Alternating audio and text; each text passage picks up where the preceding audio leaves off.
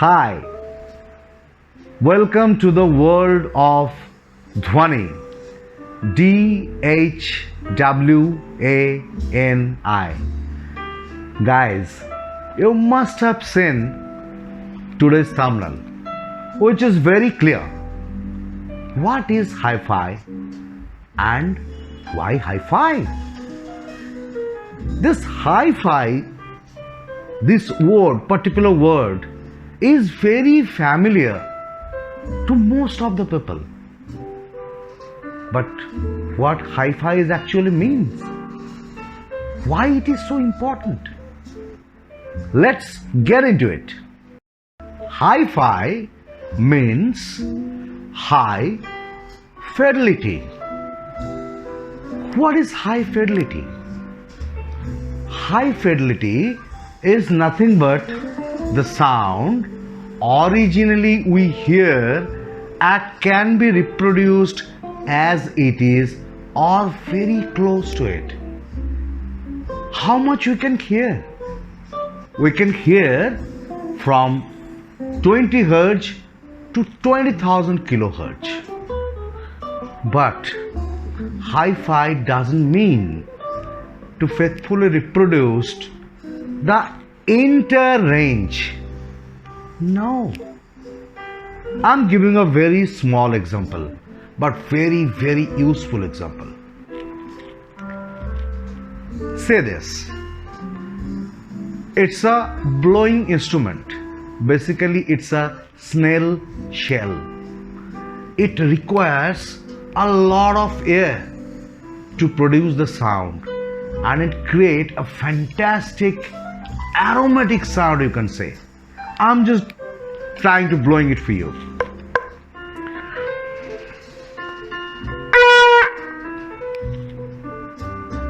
Sounds good?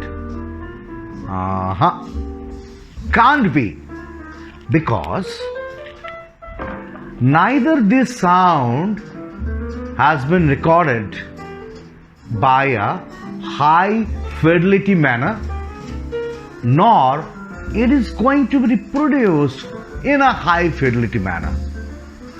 So what high fidelity does means?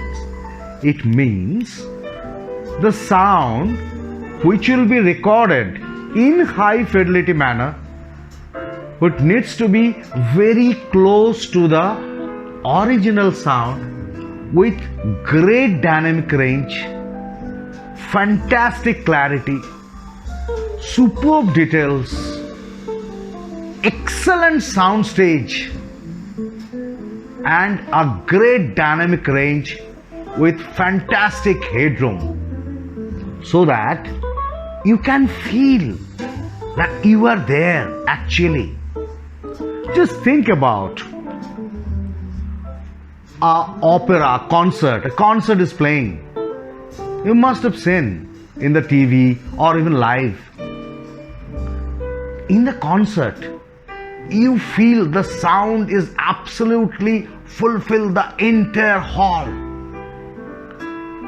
If you can feel the same sound in your listening room and drawing room, that is hi-fi. And that's the way we'll do it. So now we need to know that how the entire thing has been evolved. Who has actually had the quest for hi-fi, and how the entire involvement has happened to create a great hi-fi world. Let's get into it. In United States of America, there was a very, very famous orchestra company which was called as Philadelphia Orchestra. In the year of 1931 and 32, Bell Laboratories, they've come out with different recording techniques to record those orchestras directly from the performing room to the record cutting lathe. You'll be surprised to know, in that cases, they used telephone wires and simple microphone. just to record the originality of the entire thing on the direct to record cutting lathe. That's the first experiment happened way back 1931-32. In those period, I'm going to say in 1931-32, there was a young amateur violinist whose name was Avery Fisher. He came out with that idea that he would like to create a radio system where the actual sound stage can be captured. So the thought process was boiling up that how we can recreate the actual sound. It was really very tough. Then the innovation happened.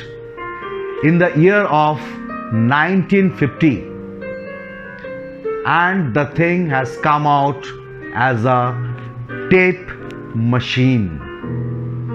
The first of its kind was from Ampex Corporation of America. They come out with a first professional tape recorder. Let's see the picture because it's historical. In 1948, Ampex came out with two different models, which was called as Ampex 200 and Ampex 200A. That was the first professional recording system.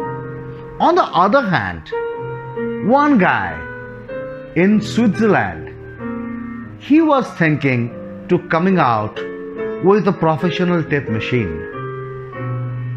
His name is Willy Studer, a truly audio pioneer of the world.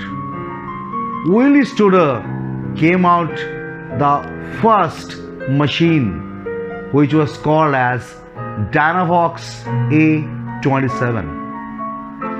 Dynavox A27, it was basically a path-breaking invention at the time. Many orchestras has been recorded in that machine. Many orchestra has been recorded in that machine. Many performance has been recorded in that machine. It was a mono machine with a 1/4-inch tape. That's the start of the recording of high fidelity. Now, the development. First development came into it. It's basically the stereophonic sound. A left channel and the right channel. And still, this is hi-fi system. It's not a 4-speaker system or a 6-speaker system or an 8-speaker system, not even a subwoofer. It's a 2-speaker system. Now, things are coming in our mind. Only a 2-speaker system can create a sound stage. Look into this picture very carefully. Basically, our orchestra is playing on the stage. See the left part of the picture. The number of violin players, just count on. See the right part of the picture. Count on the number of the violin players. This is basically the left channel and the right channel. Now, you must be thinking about those people. Who are them in the middle? They also create a channel which is called as phantom channel. Surprisingly, this 2-speaker system can effectively create the left channel, the right channel, and a super phantom channel for a sharp, clearer center image. Now here the development starts. Left channel, right channel means 2-track. That is basically a 2-track recording system. One was tracking the left channel and one was tracking the right channel. But all the recording companies, they were wanting more because they are missing something in that also. At that period, multi-track recording system has come out, and that was a real boon to the audio industry. First it came as 4-track, then it came as 8-track, then 16-track, ultimately 24-track, and probably the best machine in that case in the entire world is to the A827. It's a fabulous 24-track machine, very complicated because it requires a huge console as well as the mixers to create the sound. You'll be very surprised to know that each and every track was programmed in such a way that you can even adjust the volume level and the bias. So when they are recreating the original sound, no instrument is being missed. Now, here comes the duty of your system.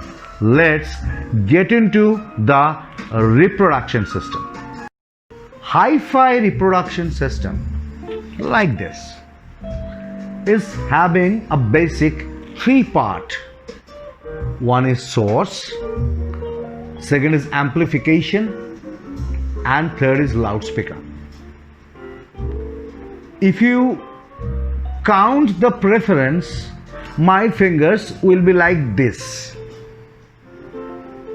First preference is for speaker, second is the heart of the system, which is amplification, and third is the source. Now source basically is for 2 types. One is the analog source and second is the digital source.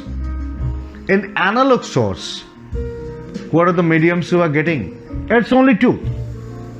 One is vinyl records, second is magnetic tape, cassette tape, or reel to reel, whatever you feel like. There are n number of fantastic cassette decks available in the market. Mind it, those are all our serious hi-fi source. Even reel to reel, a fantastic hi-fi source for sure. And my favorite is vinyl, a superb hi-fi source. Then came we to the digital. What is in the digital? First is audio CD, purely digital. Philips and Sony, they both joined hands and basically discovered this format way back in 1980s. They called as Red Book Audio CD. They said that this is the ultimate in audio industry. But surprisingly, actually it's not. You cannot hear a digital file for sure, because digital file is a program. You cannot hear a digital file. Now, how you are hearing the sound from a CD player? It's because of DAC, that is DAC, digital to analog converter. Point out what I'm telling. Digital to analog converter. So only analog can be played and heard. So ultimately, at the end of the day, we are all sticking to analog only. That is why mine first preference is analog source. Either a tape deck or a turntable or a reel-to-reel tape recorder. That can lead simply to heaven. Now, the second part where I'm coming to, it's basically the amplification system. Let's get into it. Amplification system is basically of 2 types. One is tube based, that is bulb amplification system, and the second is solid state, that is transistor based amplification system. Both are fantastic. Both are fantastic. Each and every amplification system is having their pros and cons. You don't have to get into it. You pick and choose an amplification system of your own choice. There are many parts also in the amplification system, like pre-amplification and power amplification. Pre-amplification is basically it's enhancing the signal and enhancing the current from the source, and power is basically no-brainer. It's just giving you a proper power to your speaker system. Now there is speaker system also. There are 3 types of speaker you will find. Just see the picture. One is the bookshelf speaker. Second is the stand monster. And third is the tower speaker. It entirely depends on the size of your listening room, the music you like, and the need of yours. Don't ever feel that a tower speaker is better sounding speaker than a bookshelf or a sound monster. No, it's not. It's not like that. It's simply based on your need. So guys, what you have learned today? Now you tell me, why hi-fi? My dear friend, my simple answer is this. God has created the music. The nature has created the music. And if you love music, you should love hi-fi.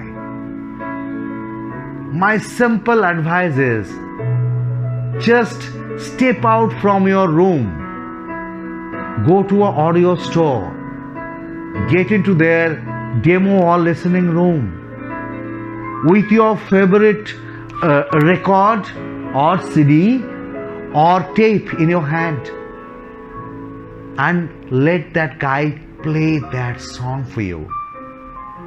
I am assuring you, a right matching of the source, amplification and speaker, then and there will lead you to fix a goal to have a hi-fi of your own. It's a challenge for you. Guys, thank you very much for today's video. We'll come out with a complete elaboration. We'll first discuss regarding the source, then we'll discuss regarding amplification, and then we'll discuss regarding several types of speakers in different episodes. By this time, Sumit from India, from Dhwani, signing off. Bye.